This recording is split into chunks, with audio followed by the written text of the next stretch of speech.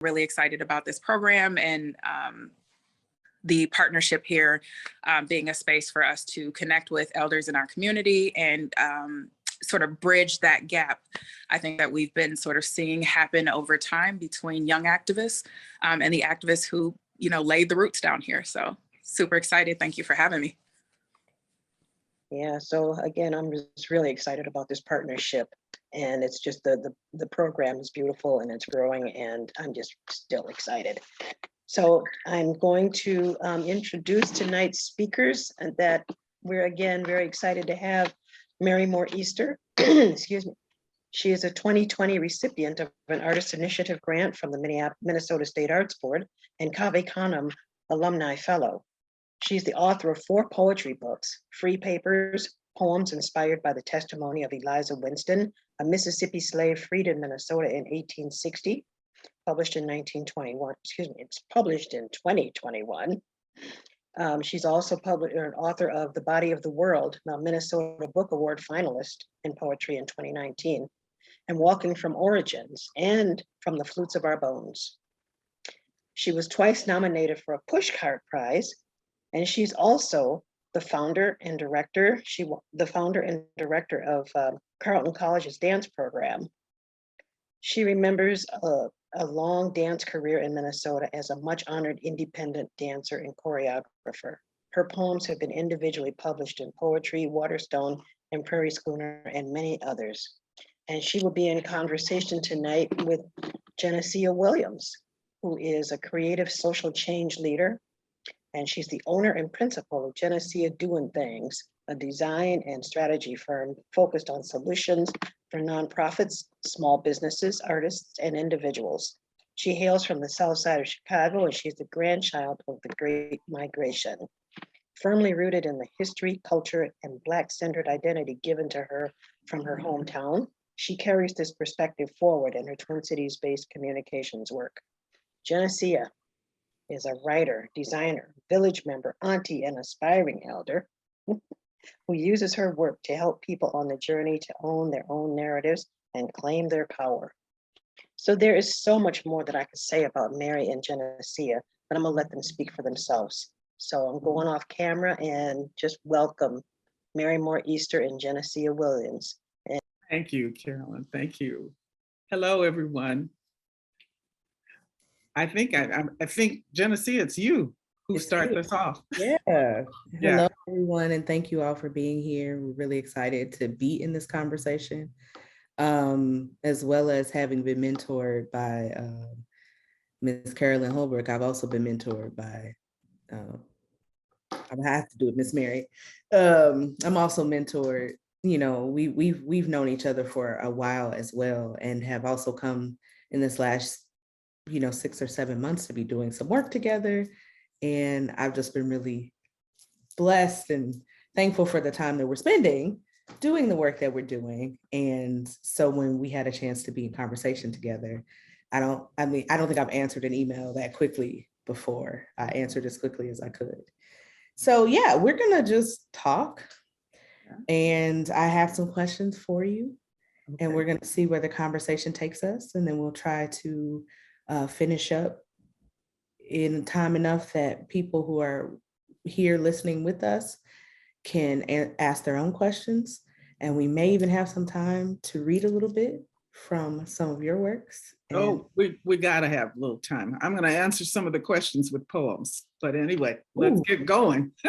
Let's go then. Like, I'm not even gonna, we're just gonna, so if you see me looking down, I have the questions on my phone.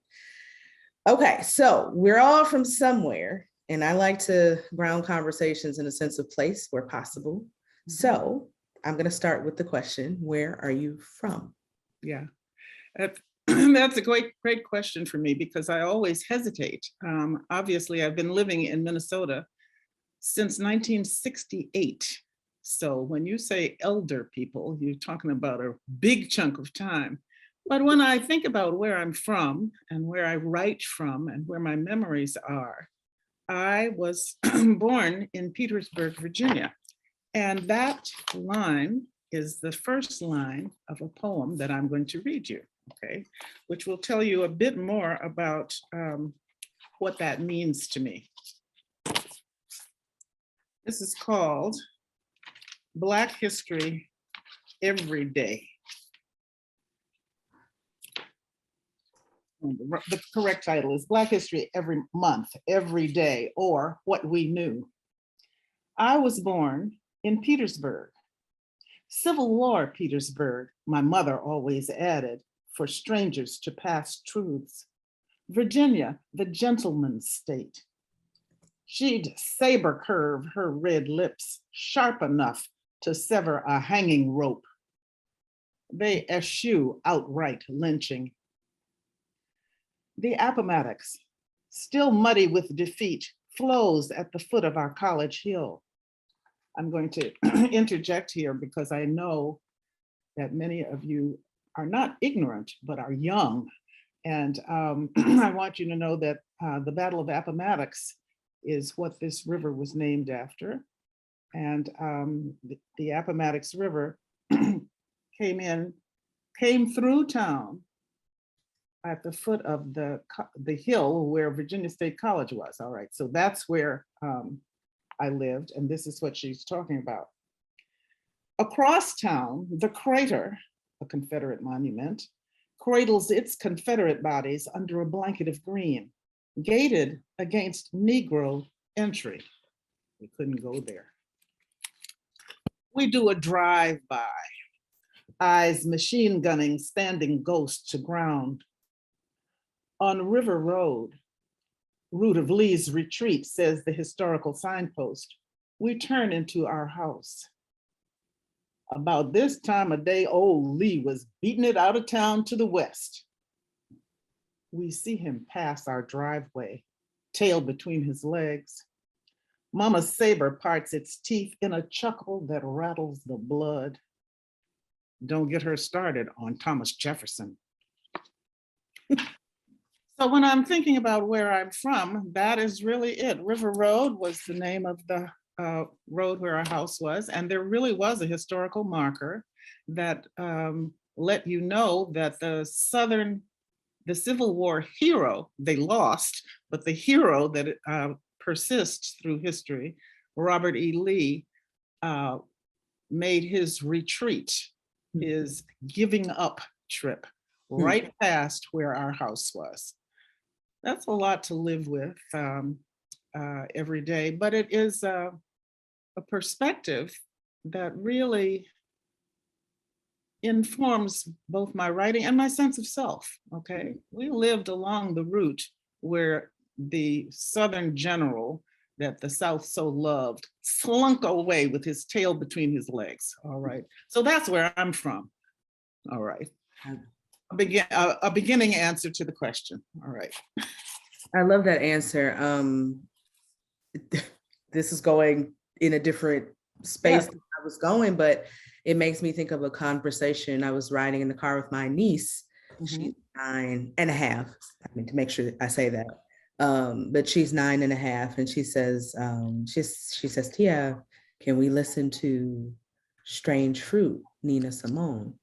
It's like, okay, she's 9. I know she's getting a good musical education, you know. I know her parents are showing her lots. I said, okay, but do you know what it's about?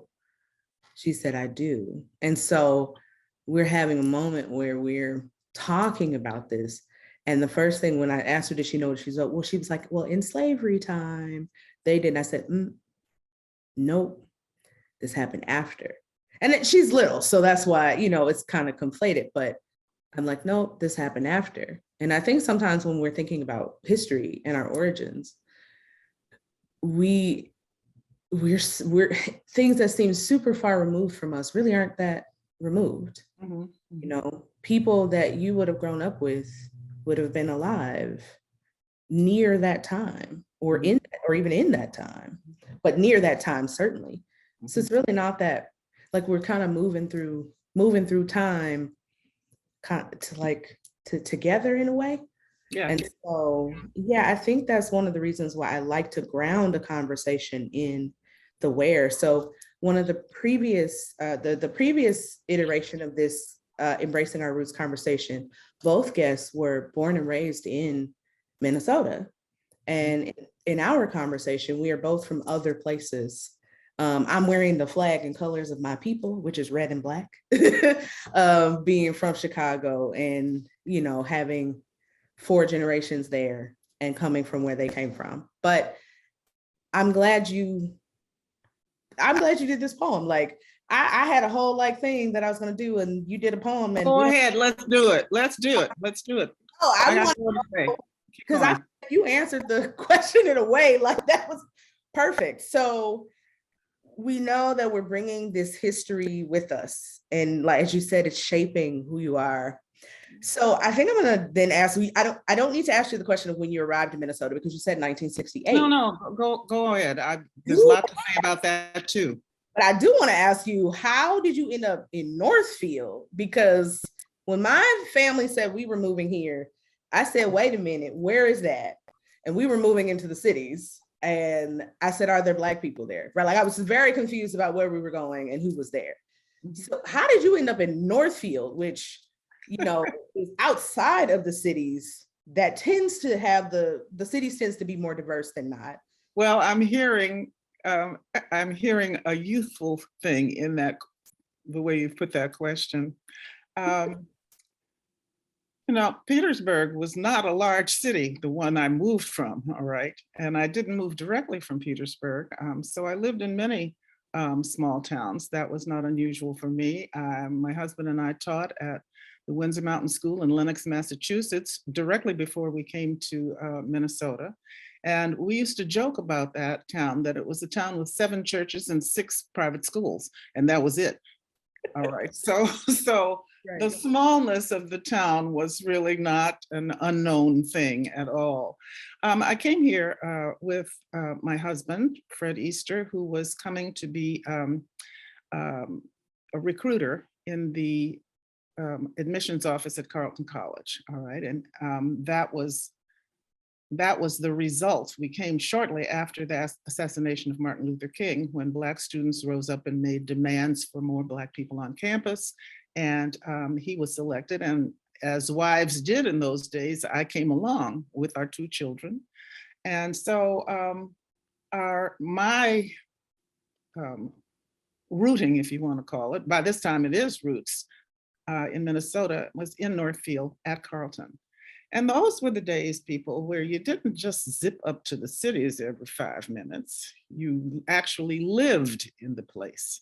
And you found the things that you needed here. It is not that I had no connection with the Twin Cities, because his job was one that had him visiting donors, having a lot of connections in the cities. And I think I'm jumping ahead, but let me tell you, on one of my infrequent trips, I saw the Nancy Hauser Dance Company here. I saw them at the University of Minnesota. I was wowed by that.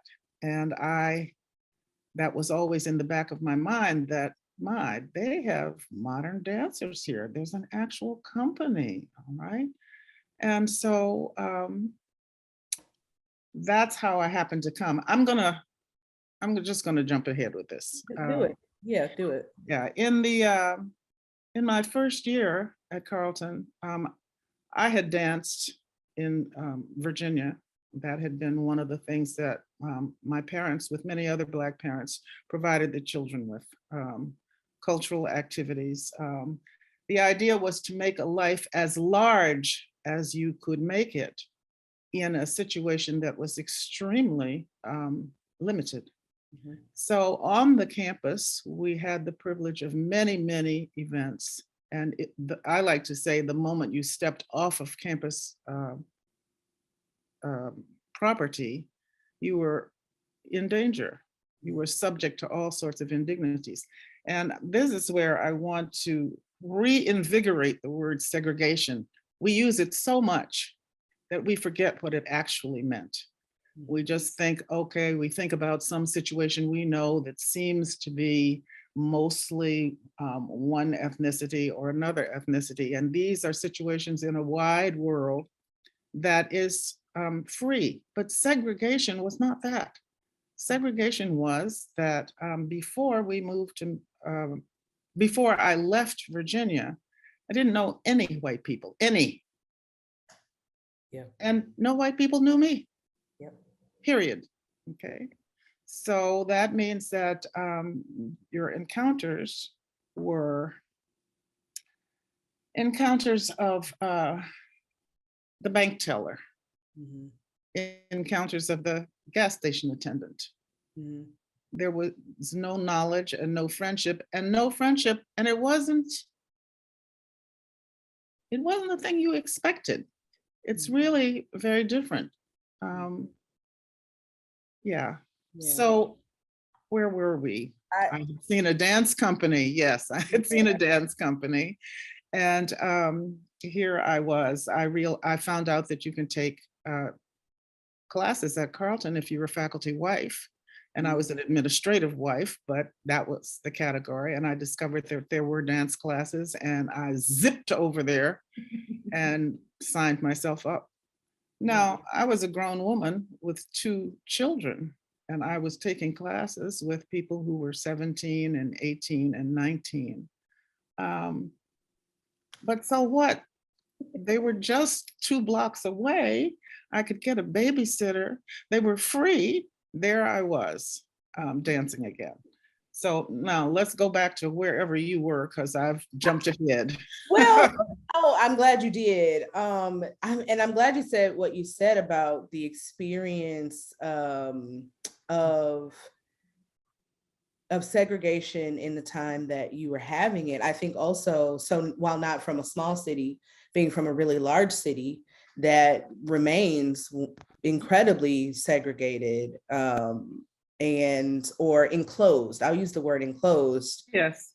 To describe the experience that I had. So of course there was segregation by the law, but when that went away, we were still in our areas.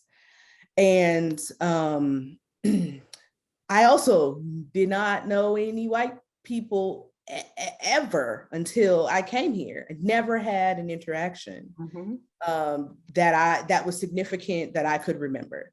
And I remember having a very immersive cultural experience, an immersive Black experience. And so there are these complicated things in that story that shape us. And then the other thing that you said that really resonates with me is taking classes at an age that is in high contrast to the other students. Yep. That was my experience in college. And so there are these things that we draw out of those experiences. So I'm glad you said that. So yes, I was going to ask you, how did you come to be a dancer? And you talked about that modern dance class that you saw that just really sparked something and brought something back from that experience that you were having when you were younger that was provided for you. And like you said, making a life that was as big as you could in circumstances that were very limiting. So I think what I would want to know is, so you're writing a memoir that's in progress.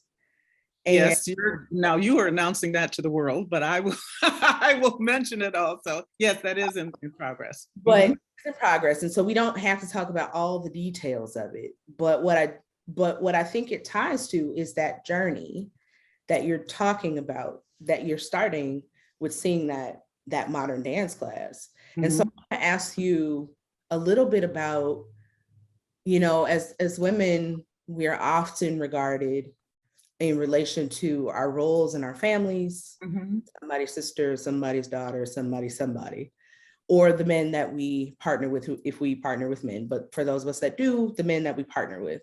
And so in our work together, I saw your name in the Northfield paper, except you were listed as Mrs. Wilfred Easter. Yes. Because that was the custom of that time. So how did you, in a time like that was limiting, start to create this big life for yourself? How did you start to become Mary? And then eventually you become Professor Emeritus Mary? Yes. Tell us about that. Okay. Everybody should know that Genesia works with me, first of all, to get me straightened out on the internet, but also in sorting my storage materials. my archive, I guess I would call it. So she is privy to a lot of things that I'm doing, and I consult with her.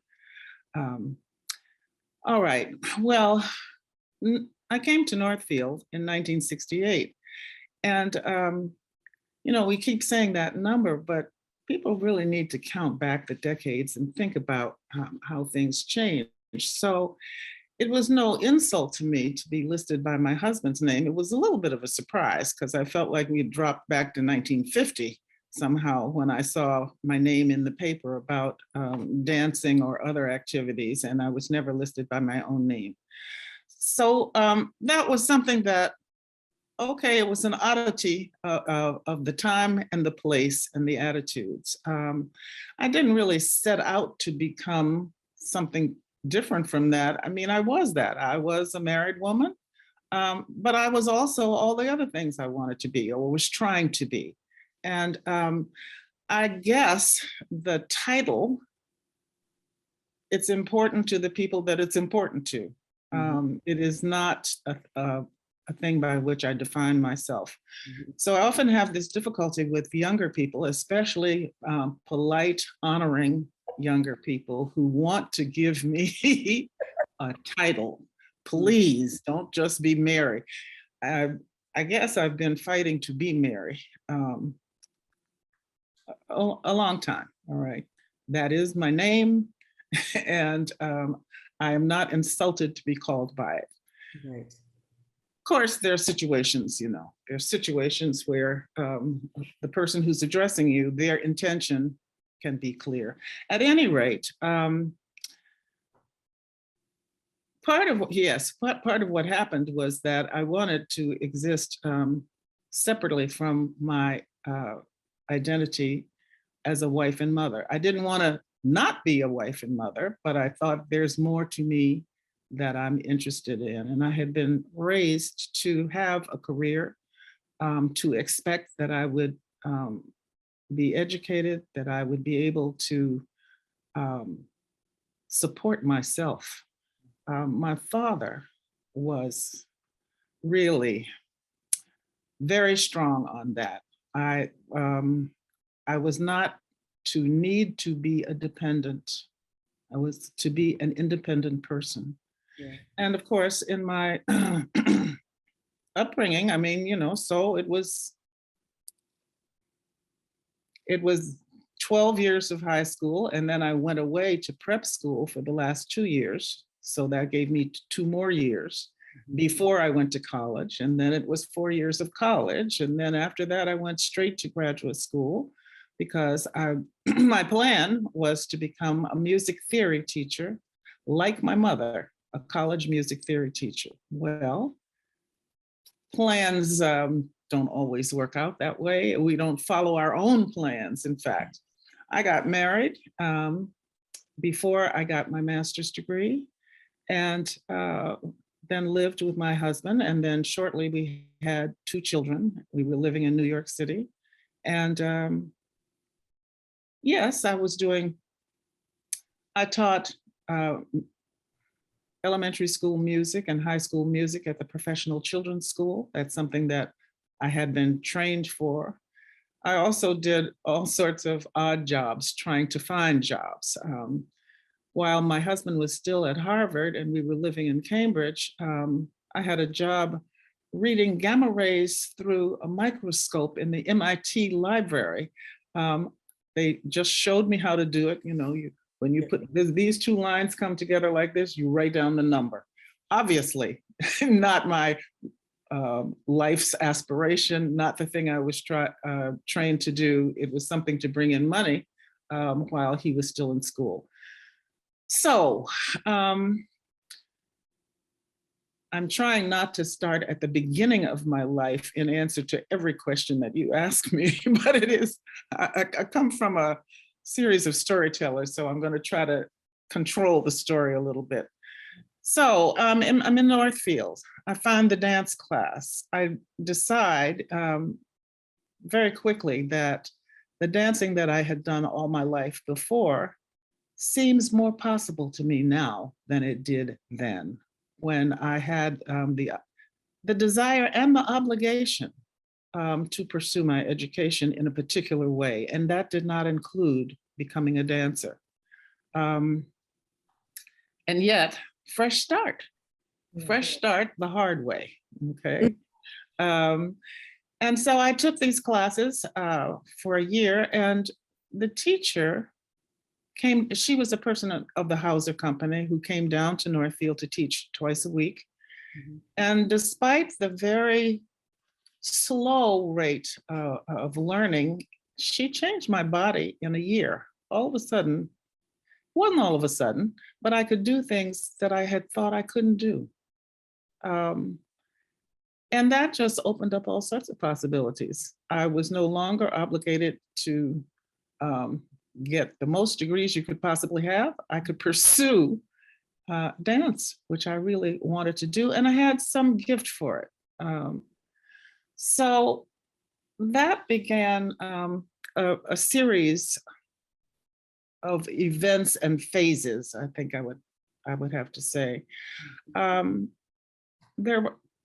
The teacher left. The teacher left. And I thought at that point, I had been coming up to the cities to take classes also. I thought I could have her job. And I went after it.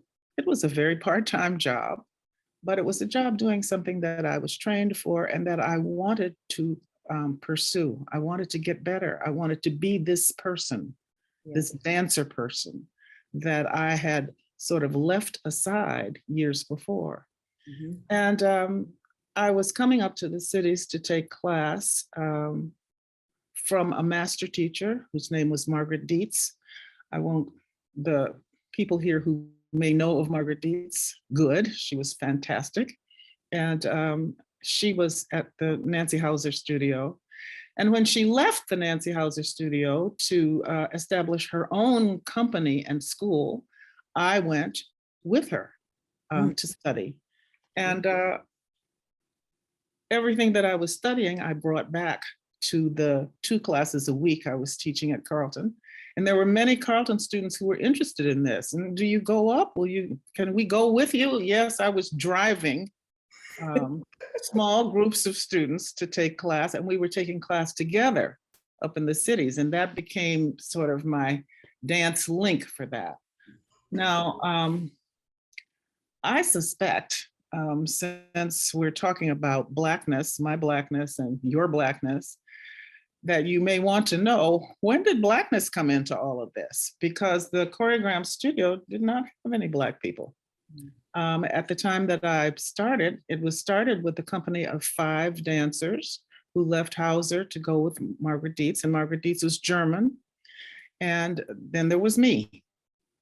And shortly, somebody showed up, Derek.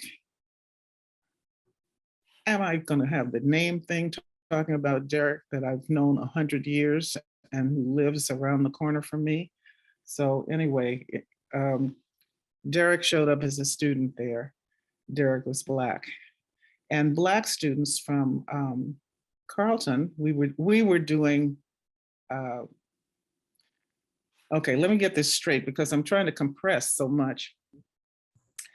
At Carleton, not only did I take the dance classes, but for one Black History Month, I organized a group to make a performance of Black dance. I made 2 pieces, and a lot of students showed up for this. A lot of students, considering that the first year we were there were 31 Black students. So when I say that 20 people showed up, I mean, a lot of people showed up. And there was a program, and that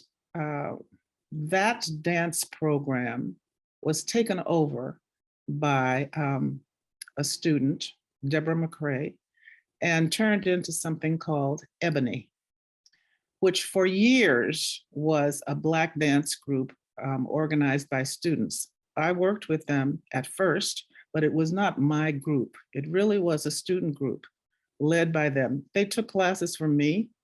I sometimes was a consultant for them, but they made their own thing. Now, I was trying to get a bigger job. I was trying to get more classes that I could teach. I was trying to make dance a legitimate subject, not just a frill along the side, as many academic places did. It was traditionally in the PE department. It was a PE course and something you pursued there. In the studying that I was doing, this was art dance. Margaret Dietz had been a member of the Mary Wigman Company in Germany, and Mary Wigman gave her first company concert in 1920 before her, you might call her counterpart, Martha Graham, gave her concert in the United States. As many movements go, things happen, different things happen, or similar things happen in different parts of the world at the same time. This study was of an art dance we had classes in pedagogy, how to teach. We had technique classes, of course, to make ourselves better dancers, to open up the possibilities of art to us. And like any art,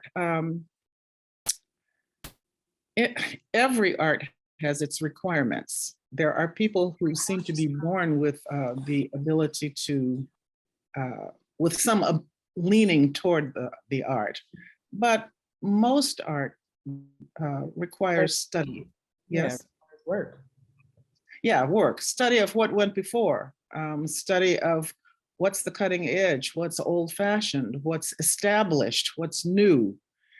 I was studying all of that, and I was trying to bring all of that to Carleton with me, and I wanted to be paid to bring it. So I worked toward that, and I will shorten the story by saying that by the time I reached halftime, I was teaching first. I was an adjunct, and then I became a regular faculty member teaching halftime, and the next year was 2/3 time, and the year after that I was 5/6 time. Believe that? 5/6 time. I was trying to get to be full-time that whole period. By the time I reached what's called the 3rd year review, which is an important evaluation point on the way to tenure, I had been teaching at Carleton 8 years altogether, all right? So it was slow progress, but the progress for me was that I was building a program in a place that did not really have a place for it. However, there was a music department, so they knew the kinds of requirements that training musicians needed. And there was an art department, so they knew the kinds of requirements that artists needed. And I wanted to build a dance program built on the fact that those necessities had already been accepted by the college for other arts, and that dance was a worthy art of that. Of course, I had to demonstrate that it was worthy, because people thought you get some good exercise and that's about it. So teaching dance as an art form, which I was all the time. I didn't know any other way to teach it. If I'd had to teach it as an exercise routine, boy, that would have been a mess. Okay. So anyway, I'm teaching dance as an art form, and I'm bringing students with me sometimes, and I am trying to make dance a presence for anybody who would partake. And part of my argument is that people who major in English do not immediately go off into careers as English teachers. They do all sorts of things. People who major in history also are qualified for all sorts of things. All people who take beginning chemistry don't turn into chemists. It is a part of their general education. And dance, the art of dance, should be a part of their general education. That's my argument. And I am making that argument every way that I can. So we're increasing the number of courses. We're increasing the kinds of courses people can take. We are trying to better the performance aspect so that so that there's some knowledge about how you make a performance. You don't just put on the most popular record and go out there and have a good time, which is fine, Right. but that's not art. Okay, that's not art. With art, you have the possibility to express anything you want to express about the world, life. You can see I've launched off into my argument. This is the philosophy I was talking the whole time. And Carleton is known for the quality of students that it attracts. And I looked at the very early dances and I thought, compared to the smartness of the students, these are dumb dances. Okay. Okay. They are the dances, nobody's taught them. Nobody's called their attention to certain things. No one has opened up the possibility. Why should such smart people make such dumb dances? That's ridiculous. You wanted them to be able to push those bounds of art and open up. Exactly. Because the smartness is not limited to book subjects. People are smart in all kinds of different ways. And I feel like I should leave that discussion because I spent so many years doing it and I have so many examples that we wouldn't get to talk about anything else. And I hope we do get to the other things. At any rate, I was becoming an artist and I was teaching other people. I was leading other people toward art. In terms of dance. And I wanted the structure of the place that I was teaching to both acknowledge and support that. Okay. And so I set about trying to make that true. To get academic credit. That is the way you buy a student's time. Yeah. And you did it. Okay, let me ask you another kind of question, because I like the thing that you are saying about you being part of people's journey to art and leading them to art and taking that responsibility on as an instructor. So you were a student yourself and you were learning things about yourself, but you also you have a family of educators. And I think you carried their tradition forward in a way that made sense to you in your life. And that leading is a really important gift that we can offer to those around us when that's a thing that we can do. So I think in terms of thinking about going towards art and how art can expand us and really help us grow, what would you say to creatives of all types, especially yourself having creative abilities in a bunch of different avenues, from music to dance to writing? What can creatives do to stay active in a challenging world? Like, what can we do? I'm loving that question. Because, I'm talking about my very particular history, but I was thinking that you might ask me something about creatives who are less than half my age and wanting to stay active in a world that still is difficult for artists. This week, I went to see new films, short films by Shay Cage and E.G. Bailey. And I was very inspired by those films. They're making films that are about what they see and experience today. Political things, activism, all of that. I also chanced upon a podcast called Into the Depths, which is about, I'm giving the biggest plug to this I possibly can. It is a 6-episode series about Black scuba divers who are diving around the world to find sunken slave ships. I know, I'm not recommending that people go out and do the training, though the woman who's telling it did. She saw a picture of Black women scuba divers on a boat in the African American Museum in Washington. Yeah. She looked up, how could this be? And she quit her job and took the training.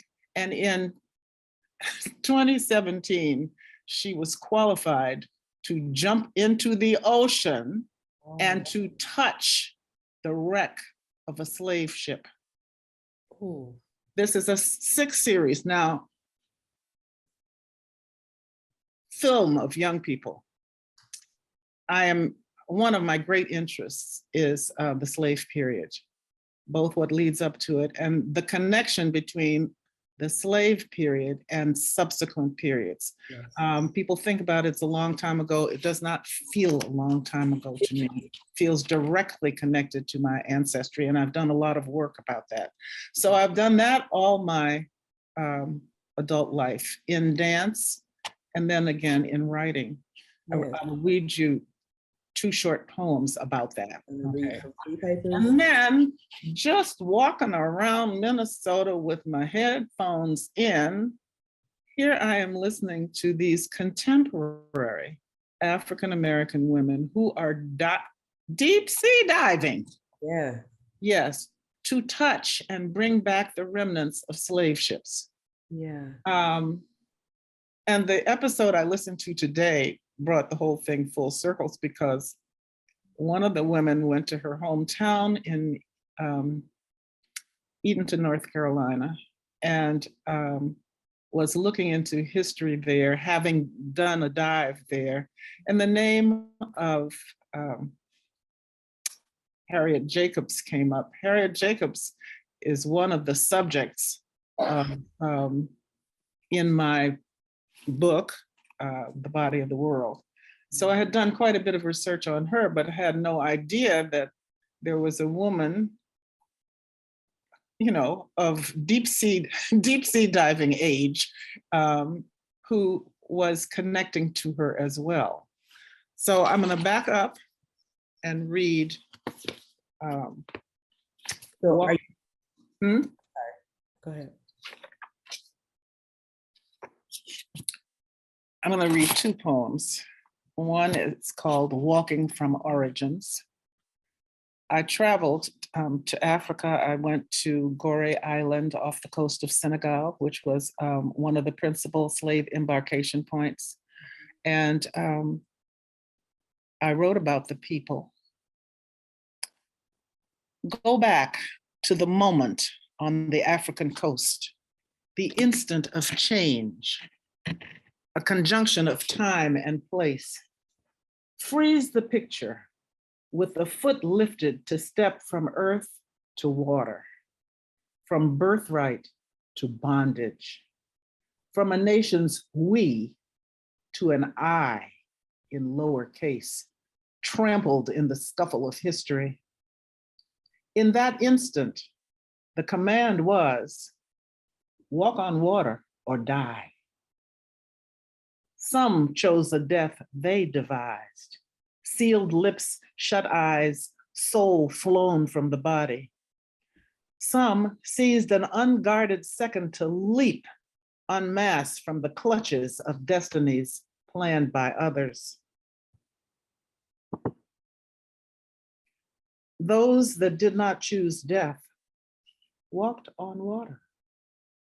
They walked with hands bound and chains on their feet. They walked lying in their own filth. They walked through blindness and rot. They walked alone and with strangers. They walked with the whip on their backs. They walked with nothing under their feet except water. They walked on water, and they keep on walking.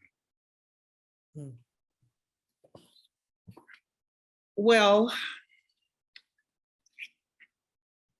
this water they were walking on, some group of Black women dove into Hmm.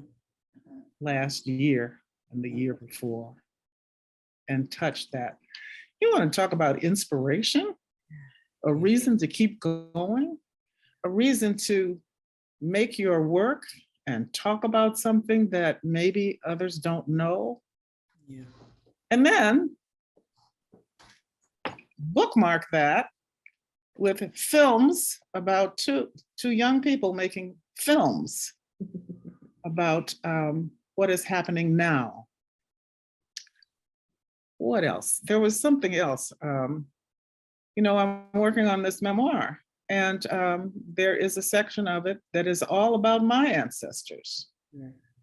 And all of these things are happening, and I think to myself, I have been trying to touch the edge of this ancestry thing ever since I started. I'm weaving around trying to get there, trying to connect something that feels either forgotten or interpreted in a way that is so shaming and so painful that people don't want to look at it. That's understandable.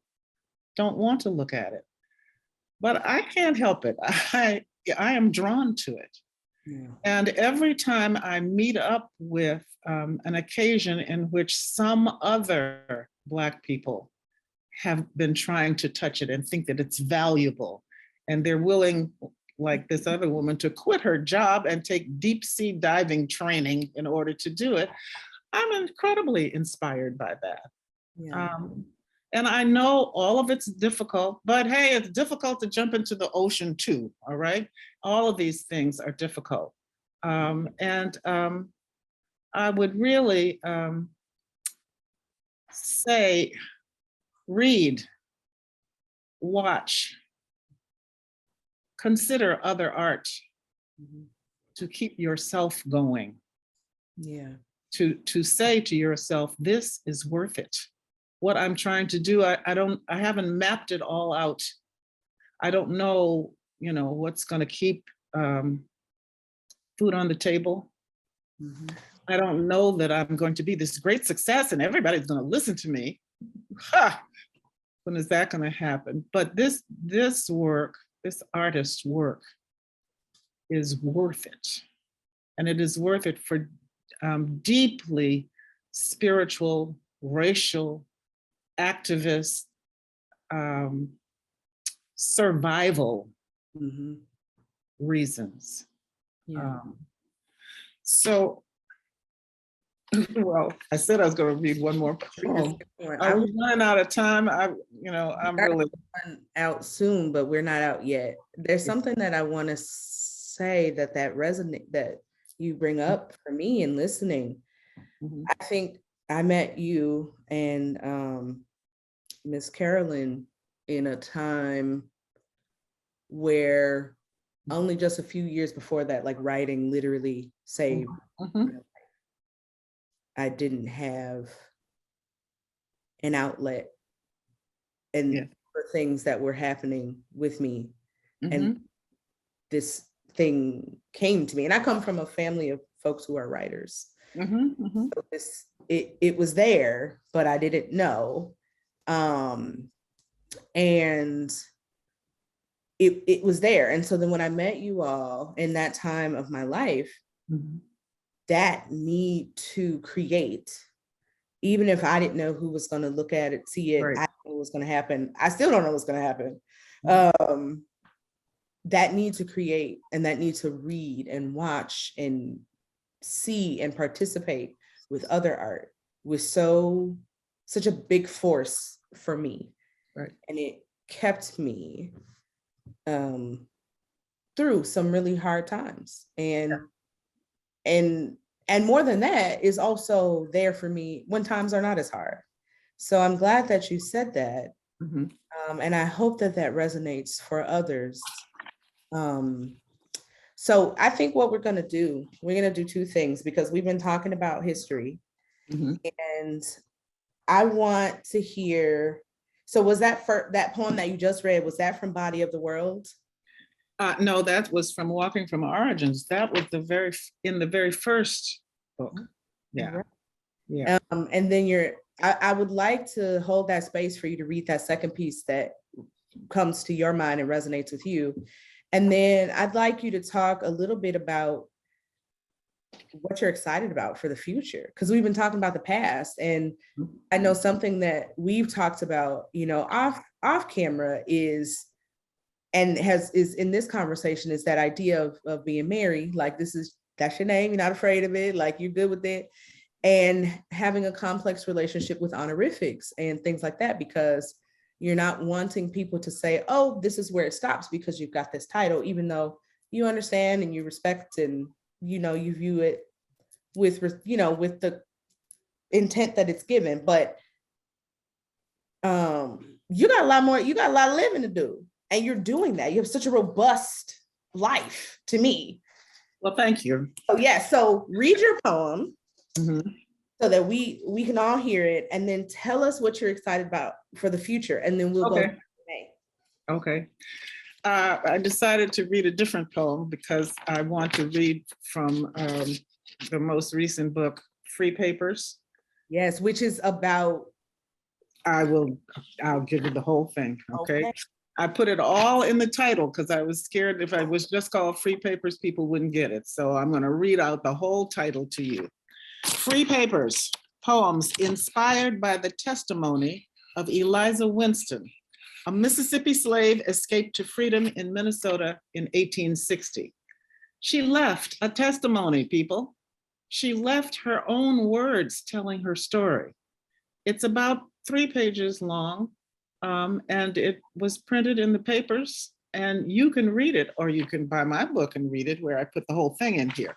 All right, but I want to read you a poem from there that I think, you know, in encountering the horrors of slavery, it's entirely necessary to encounter the horrors. I hate it when people try to calm it down so it doesn't look so bad. It was terrible. It was terrible in its details. But the people who survived that were full human beings. They had more feelings than terror and horror, as awful as it was. Eliza talks about the free man that she was married to, and the plans that they had. They actually worked separately and had bought a house. I didn't know people in slavery were able to buy houses. So I'm learning this from her. They bought a house, and it had to be in the name of her master, who collected the money for them. It worked. And then the husband went as a guide to Liberia to help former slaves be resettled there, and got sick and died. And she lost the house, no money or anything, but she tells about these plans. And I'm thinking, this is some kind of relationship. This is no fly by night kind of thing. You establish some kind of attraction to each other. You learn you can trust each other. You make plans. You follow through on the plans together. And I thought she had feelings, people, and we ignored that fact. She liked him for what she called his free swagger. Okay, free swagger, and that's the name of this poem, where Eliza is musing and remembering when she met him. And I'll tell you, his name was Jim. Before you read, can you just quickly say who Eliza was in Minnesota history? Because I think it's a thing that is somewhat known, but not as known. It's supposed to be one of the famous stories of Minnesota. She came to Minnesota as a slave with her master's family. She came to take care of them, okay? And it says, these words are in her testimony. I had heard that by coming to the North, I might be free. Okay. So they bring her and they get all set up in the elegant Winslow house. And she finds a Black woman and tells her story. And that woman takes her to an abolitionist and she tells the story again. All right. And she is, the abolitionists want to take her to court so that she will be protected from being reclaimed as property by her master. So they do. And in court is where she tells this whole story, that's her testimony. And the judge says he sees no reason why she shouldn't go where she wants. The master offers her $10 and she says, no, I prefer freedom in Minnesota. All right, so that's a very short version. But going back to her as a woman who has this plan to escape, she meets this free man. Mhm. Jim, they called him, in all his free swagger, coming round to see me, and me sneaking a moment between the kitchen and the back door to hear this Jim, to say something to this Jim who keep coming round when I fetch the kettle for Mistress Toddy, when I leave off the linen from Mistress' sick room. I saw myself when words took over from just looking and pushed silence away. I saw myself not by myself with this Jim Winston, he say, who keep coming round with his free swagger. Gonna buy you free, he say. That man got some nerve, gonna buy me free. And he think he know how, got a plan. And I know how. And it's us now, not me by myself. Don't you say there ain't no roses in my life. Okay, well, that's my connection to Eliza. Yeah. She was not a symbol of something. She was not simply the turning point in Minnesota racial politics for 1860. Okay. She was not simply a bedraggled woman. Mhm. She had an obedient face. She mentioned that. And she was planning an escape the whole time. And she carried through with the whole thing. Well, there are more poems about that. And of course, you can buy my book and you can read what I've had to say about it, but you can also read her whole testimony there. The testimony was eye-opening to me. That woman doesn't feel like a long time ago to me. So what am I working on now? I have several things coming up. I'm working on a memoir, and it's something that I have been working on in phases for a very long time. I hope you'll be seeing it before too long. It's called The Way She Wants to Get There, Telling on Myself, a memoir. That's its most recent title. Okay. Then what is, well, I'm reading. I'm going to be a part of a series called Amplifying Black Voices, which is Friends of the Library. Okay. I am going to be, there's something called Song Source Festival. And I'm going to be the poet in residence for Song Source Festival in August. It's a several-day festival in which, as I understand it, I haven't done it yet, but as I understand it, people are going to choose poems of mine, composers to write poems, to write songs from, all right? Oh. Yes. We're gonna see, how does it work? I don't know, I've got a page of instructions or stuff, but that feels like a big thing spreading out. The Tributary reading series is being reinvigorated. It's Ted King's series, and I have been invited to read to re-inaugurate that series. So those are some things that I am doing. And of course, I'm in a poetry class because I like to have to make a deadline.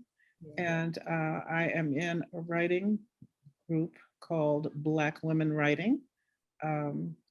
Twin Cities Black Women Writing, which I have been in well over 10 to 12 years, and which you know about because you're in it, and Carolyn Holbrook knows about because she is the originator of such a thing. So I feel that I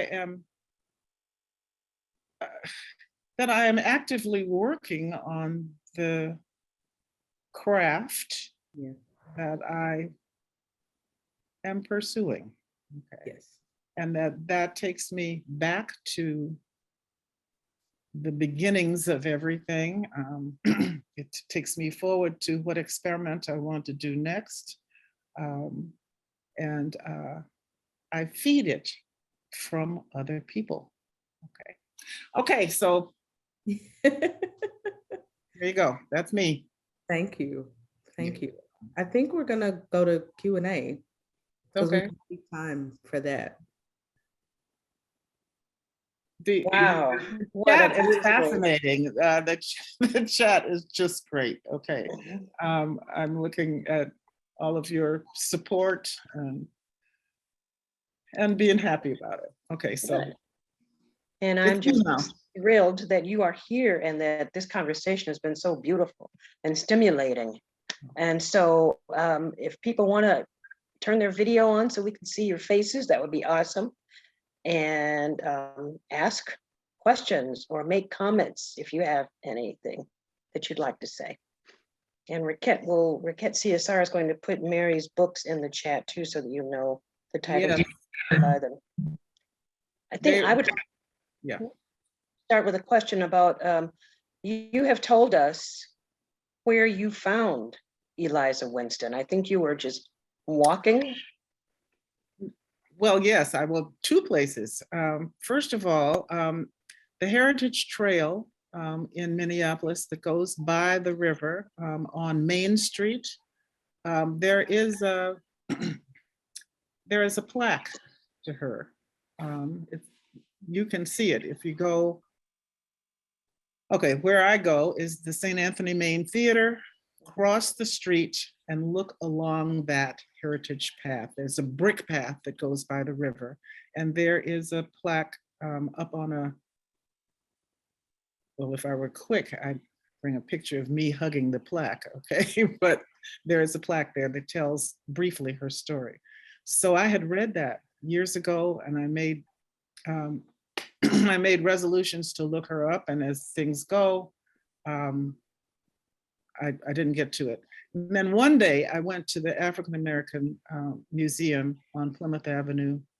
I was looking for a way I was looking to go on a different path that I was on at the moment. And I thought, I've been saying I'm going over there. And I went, and it's a room, and it has some interesting things. And I looked, taped to the wall was a mimeograph, that's because I'm 80 years old, okay. A Xerox copy of the Eliza Winston testimony. I didn't know it existed. I mean, I actually looked up and said, thank you, because it was landing on me in a way that was so significant to me. These are her words. It's like she's talking to me. Mm-hmm. She's talking to me.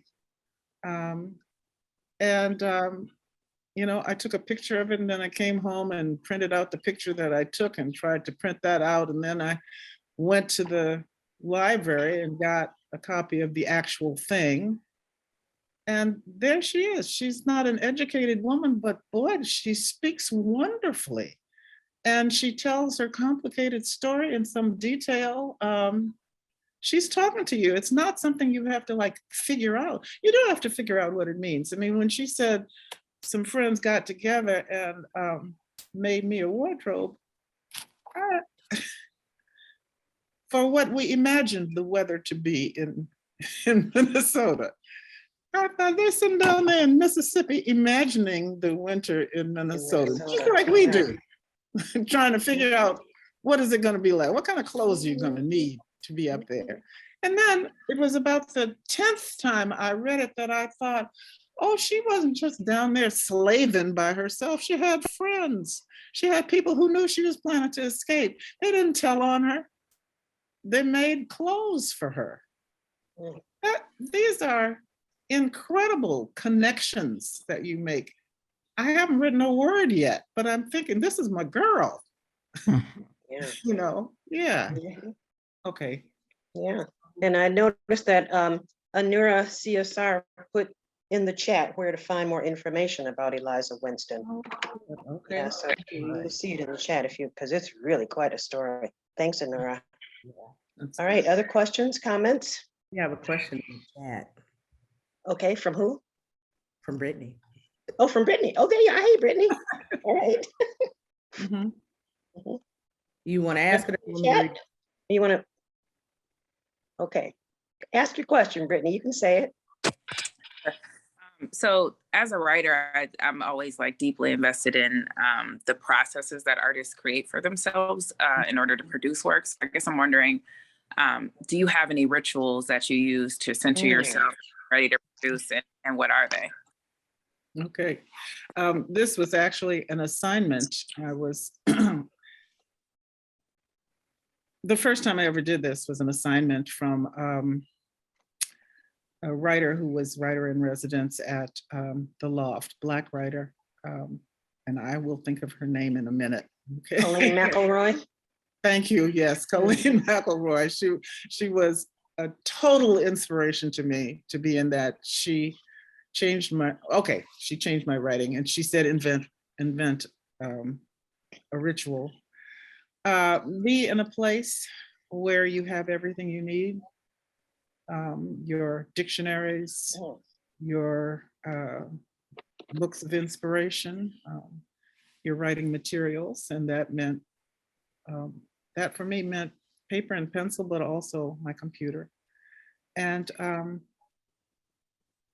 play music that inspires you.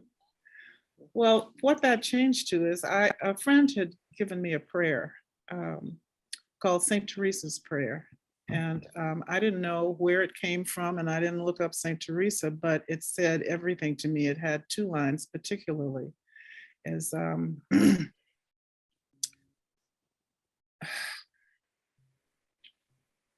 trust the love that has been given you and pass it on to others. Mm-hmm. That's one of the lines. And I'm so turned on by this discussion that I cannot remember things that I need to have snap, but I'll tell you, working on the memoir, I said that whole prayer to myself every morning. It told me that I was exactly where I was supposed to be, that when I felt, for instance, oh, I should have been way farther on this, and I shouldn't be confused about it. No. I used that every morning, and I used it every morning for a year. That was 9 years ago when I was working on the memoir. And then the next part of the ritual was to read what I had written the day before. Just to read it, take it in. You can go back and correct it later, but take in what you have done so that you sort of take up where you left off. And one of the other instructions she gave is that if you're in the middle of it's going well and you're writing, when you stop before you have completed everything. So you have something that needs continuing next day when you read it. All right. So by that time, I'm into it. I mean, I'm into it. My prayer, I don't think of this is so weird because I said that prayer every day for 1 year, and I never thought of myself as a praying person. And yet there I am praying the work because I feel like, wait a minute, I'm gonna find it. I'm gonna say it to you because it's entirely worth it. Just give me a second. I can handle this. I swear I can. Okay. Come on. I should probably answer another question while I am looking. Just looking, are there other questions? Go ahead, Mimi. Good to see Well, you. it isn't a question, Mary. It's just a kudos. Oh, Mimi, thank you so much for coming. I really appreciate it. Mhm. Oh yeah, well, I wouldn't miss it, but and because you really are an inspiration. You really, I don't think you know the extent to which your work and your presence, it just kind of exudes from you. And then those of us who are also writing and those of us who are trying to make our voices heard or just get stuff out, can take heart.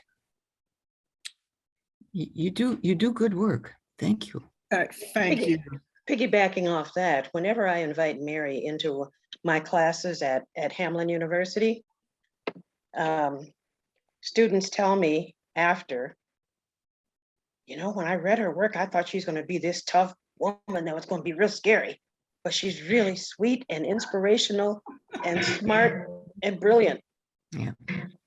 Thank you. This is Thank from you. Thank you both.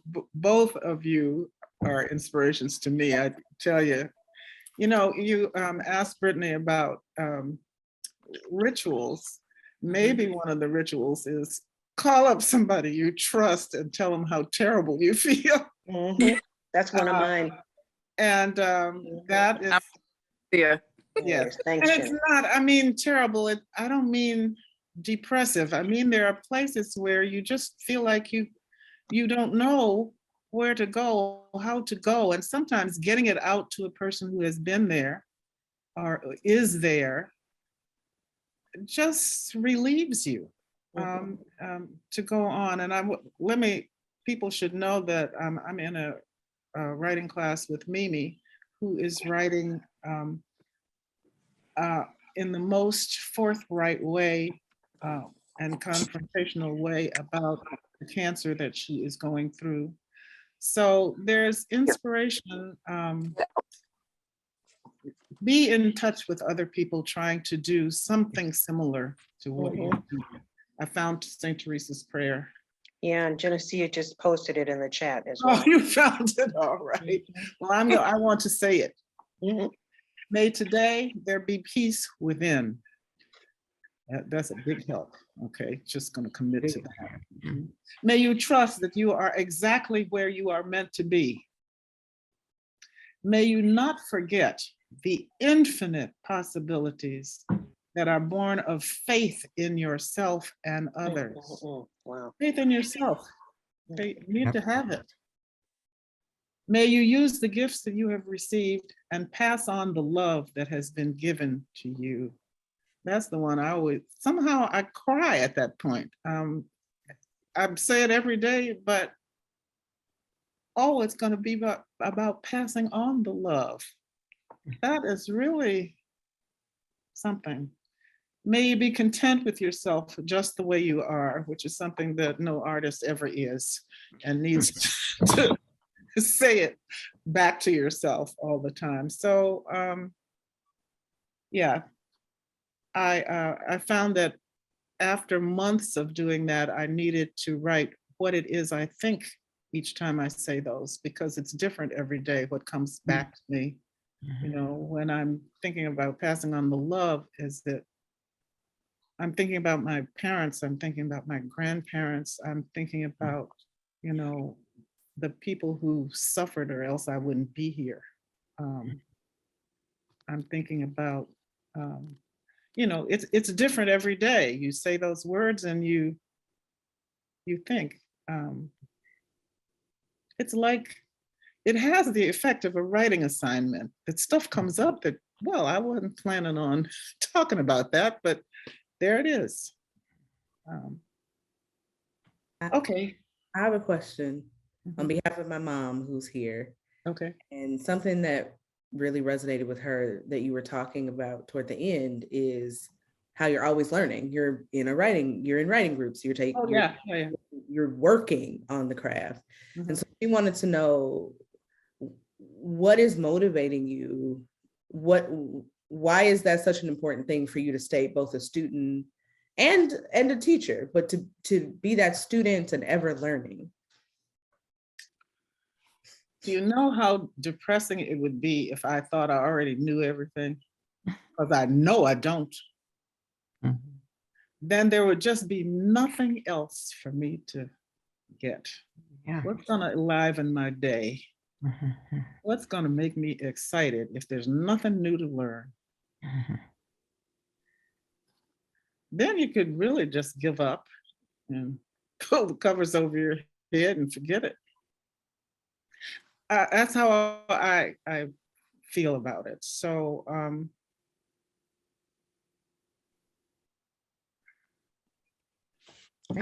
not trying to be good. I'm, I'm trying to be alive. Yeah, Mhm. there you go. That makes sense. Yeah. All right.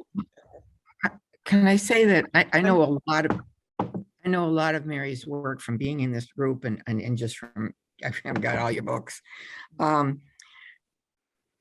And the thing that's nice, the thing that's wonderful about your work is at the same time, the universality in there and the particular, so that you get a real sense of a specific place, a specific person, a specific thought, a new twist.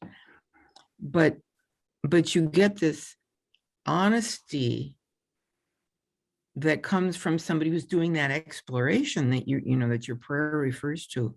Mhm. You're opening yourself, you're vulnerable to what's next, what shows up. Mhm. And it's so encouraging. It's really something that you can grab onto.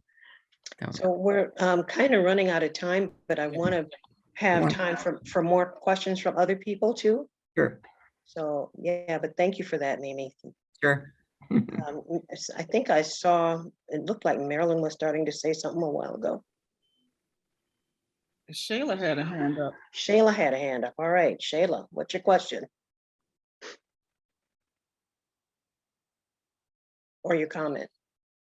Oh, I didn't have a hand up. I'm sorry. I just meant to do a laugh react. Something was funny. Oh, okay. All right. All right, that's okay. Okay. All right. Anyone else have questions or comments? I have one more. Brittany? I I feel like there's been periods of my writing where I've been, where I haven't been as unapologetic. Times where I feel like I didn't.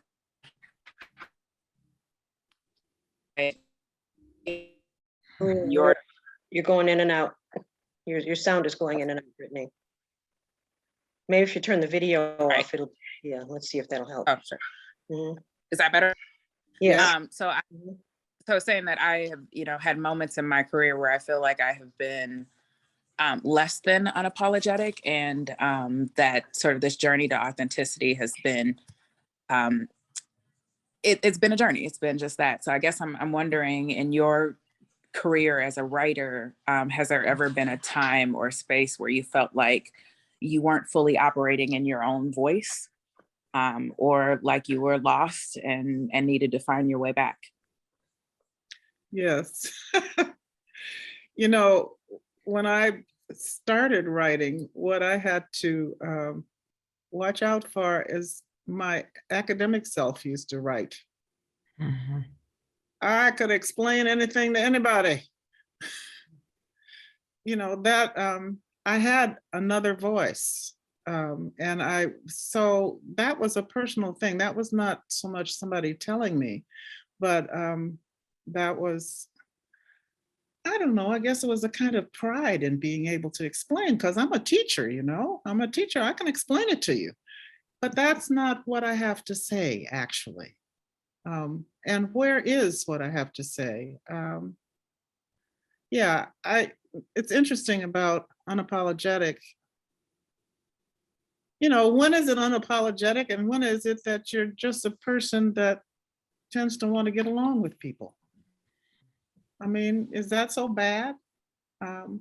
I think self-acceptance is a huge thing to aim for. This idea that you're okay, you're not doing it wrong. I should have been more outspoken, but I wasn't, and isn't that terrible? I think maybe another way to look at that is, did I get closer to the truth this time? The complicated truth of the only emotion you have is not just to tell people off. And I think it's complicated to try to get it right, the nuances, to acknowledge where you feel, I don't know, you're comfortable in situations that other people would judge you for being. There's so many names you can get called. And if you are, my experience as a racial, a person who writes about race and who has some strong feelings about activism. What can I accomplish? Am I accomplishing as much as I should? Am I wasting time by writing these poems about these birds over here? These are all self-judgments that are reinforced by a society that wants justice and wants the writing to matter. From my long ago, I am haunted by, not all the time, but it's what comes up. Am I Black enough? Okay. Who gets to define what's Black writing? Can I be Black and right? Or do I have to be do I have to write about a certain thing in a certain way? Would that be useful to me to write about a certain thing in a certain way instead of the way that I usually go about it? I mean, it's all questions. It feels like to me, and part of the duty of the writer is to sort your way through it, sometimes in writing.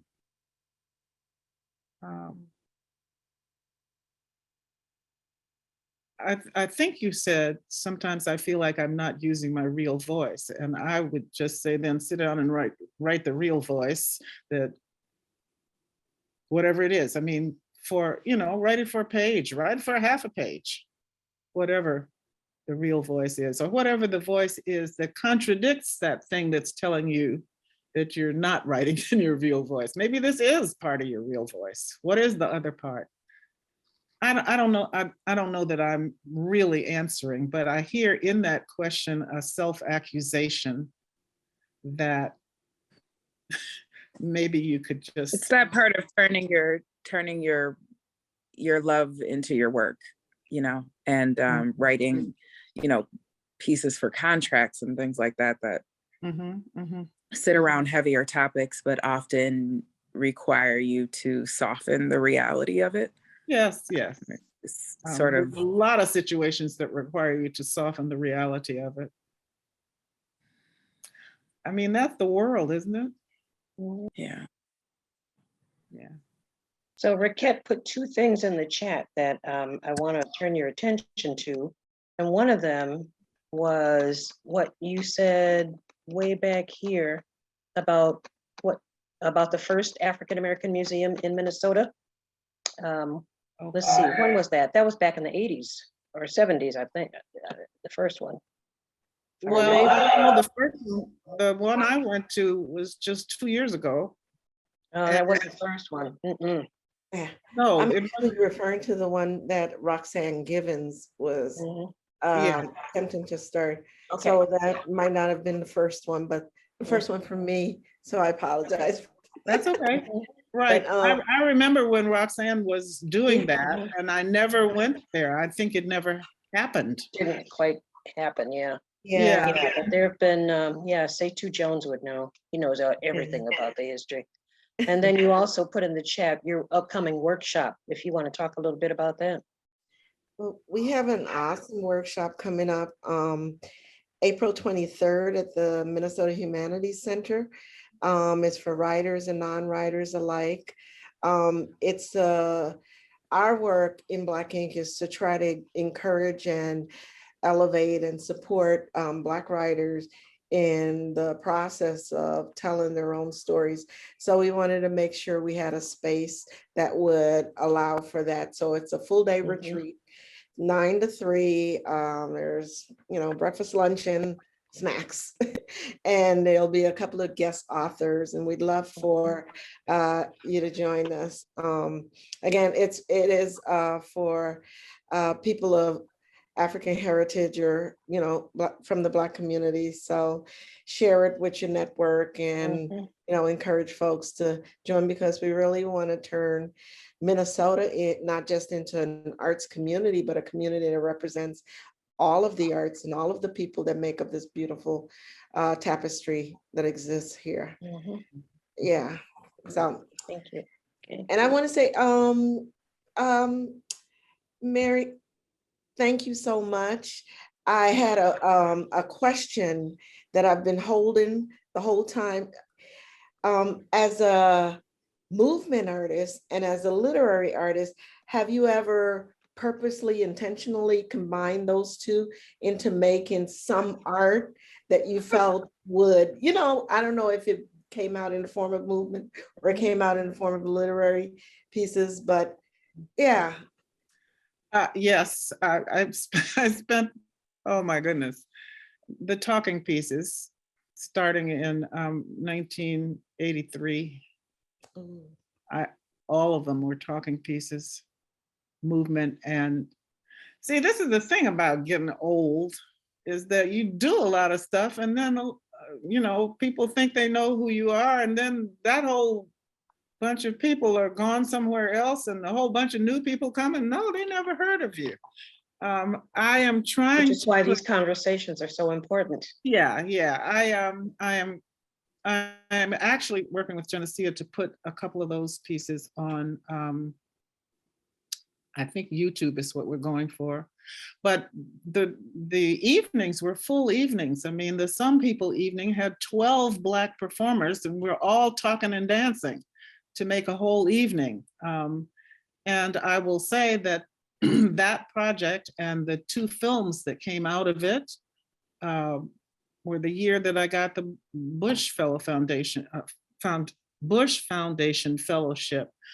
So that was a real sort of high point in my dance career, and it was the talking thing.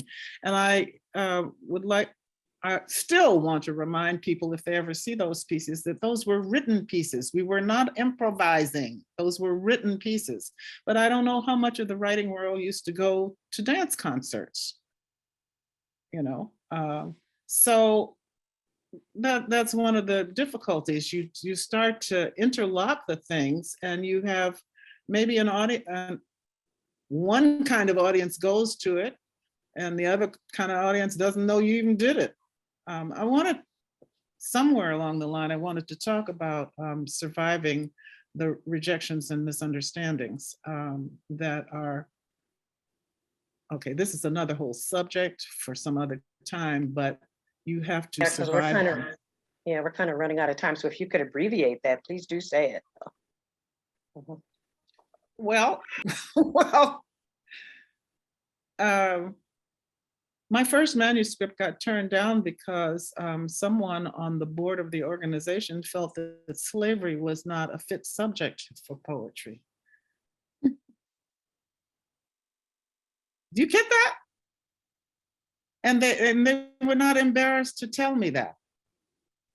That's how long ago. I mean, now it's understand, but they wrote, it's like the Holocaust. You can't write about these things, they're too big.